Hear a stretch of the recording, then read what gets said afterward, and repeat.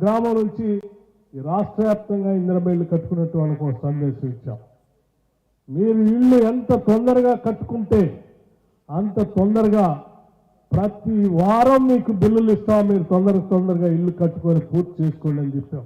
ఇల్లు ఏదో శాంక్షన్ చేసి వదిలేయటం కాదు, బిల్లులు కూడా ప్రతి వారం ఇస్తామని చెప్పాము. అలాగే ఇస్తూ వస్తూ ఉన్నాం. తొందరగా పూర్తి చేసుకోవాల్సిందిగా రాష్ట్ర వ్యాప్తంగా ఇందిరమ్మ ఇల్లు లబ్ధిదారులందరికీ కూడా నేను పిలిపిస్తా ఉన్నాను. అట్లాగే వ్యవసాయానికి సంబంధించిన కార్యక్రమం కాబట్టి నేను కొన్ని విషయాల మీద తీసుకొని ఆలోచుకున్నాను. ఈరోజు జిల్లాలో 2,79,10 ఎకరాలు ఈరోజు రాష్ట్రంలో ఆయకట్టు ఉంటే ఇప్పటి వరకు అదనంగా ఈ 2,79,10 ఎకరాలు కూడా ఆనాటి కాంగ్రెస్ ప్రభుత్వాలే ఆయకట్టును తయారు చేసి ఇచ్చాయి.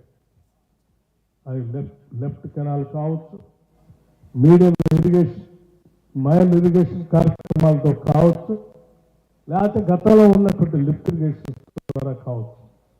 అవన్నీ 2,79,000 ఎకరాలకి ఆ రోజు ఖమ్మం జిల్లాలో, ఇప్పుడున్నటువంటి ఖమ్మం జిల్లాలో ఆ పొలాలకి నీళ్లు అందించి పంటలు పండిస్తూ ఉంటే ఈరోజు ఈ జిల్లాలో ఉన్నదే వ్యవసాయదారులు.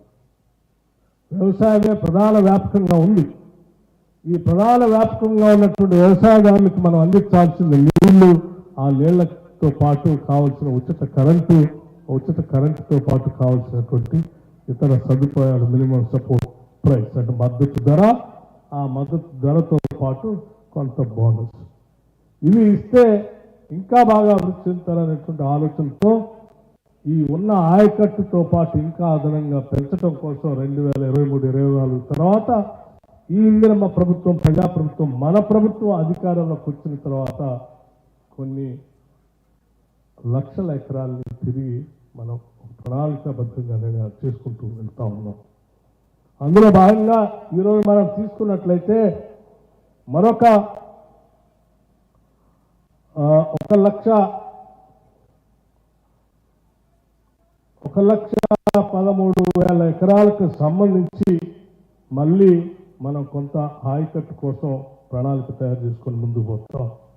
ఇందులో భాగంగా నిన్న మొన్న మనం మొదలుపెట్టినటువంటి పాలేరు శాసనసభ నియోజకవర్గంలో ఇచ్చినటువంటి లిఫ్ట్ ఇరిగేషన్ సంబంధించినటువంటి కార్యక్రమం 1,38,000 ఎకరాలు స్టెబిలైజేషన్ మున్నేటు పాలేరు లింక్ కెనాల్ కింద, జవహర్ లిఫ్ట్ ఇరిగేషన్ స్కీమ్ కింద 33,025 ఎకరాలు, రాజు ఫీడర్ కెనాల్ ద్వారా 23,000 ఎకరాలు స్టెబిలైజేషన్ ఆయకట్టు కొదుమూరు వందనం ద్వారా 2,500 ఎకరాలకి నీళ్లు, మంచుకొండ లిఫ్ట్ ఇరిగేషన్ స్కీమ్ ద్వారా 2,412 ఎకరాలకు మొత్తంగా 1,98,937 ఎకరాలు, 1,98,937 ఎకరాలు అదనంగా ఈ ప్రభుత్వం వచ్చిన తర్వాత, గతంలో 2,79,000 ఉంటే మనం వచ్చిన తర్వాత మరొక అదనంగా 1,98,000 ఎకరాలకి నీళ్లు ఇవ్వటం కోసం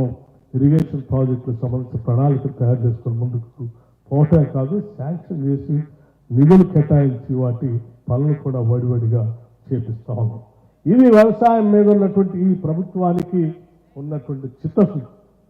ఇంతేకాదు, రాష్ట్ర వ్యాప్తంగా కూడా ఒక్కసారి ఆలోచన చేసి రాష్ట్ర ప్రభుత్వం వ్యవసాయానికి సంబంధించినటువంటి రకరకాల పనుల పైన కేవలం ఈ కొద్ది కాలంలోనే ఈ వ్యవసాయదారులకి వ్యవసాయానికి సంబంధించినటువంటి వెచ్చించినటువంటి డబ్బు చూస్తే ఒకటి రైతు భరోసా, రైతు రుణమాఫీ, బోనస్ టు సన్న రకం, insurance to farmers, relief measures towards crop damage, power subsidy, Indiramma ఆత్మీయ భరోసా, అదర్ అగ్రికల్చర్ స్కీమ్స్, వీటన్నిటిని కలిపితే దాదాపు 73,152 కోట్ల రూపాయల్ని ఈ కార్యక్రమాల కోసం మనం ఖర్చు పెట్టాం.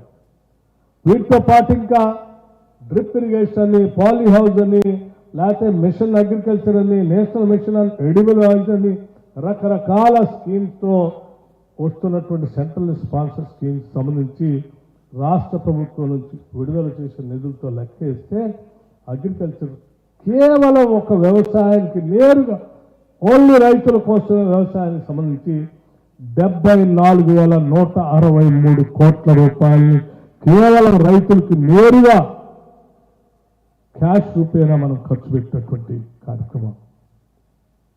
కొద్ది కాలంలోనే ఎంత పెద్ద ఎత్తున రైతుల కోసం ఆలోచన చేశాం. వాటితో పాటు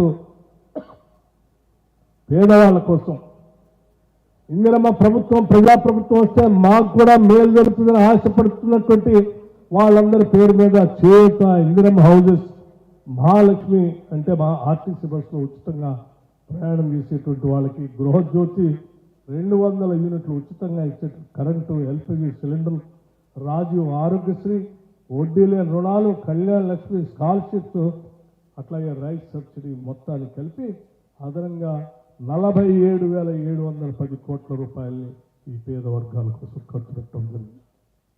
అంతిమంగా అటు రైతుల కోసం, ఈ పేద వర్గాల కోసం 1,21,874 కోట్ల రూపాయలు కేవలం ఈ కొద్ది కాలంలో ఇందిరమ్మ ప్రభుత్వం ఈ వర్గాల కోసం నేరుగా వాళ్ళ చేతుల్లోకి డబ్బులు పంపించినటువంటి కార్యక్రమం.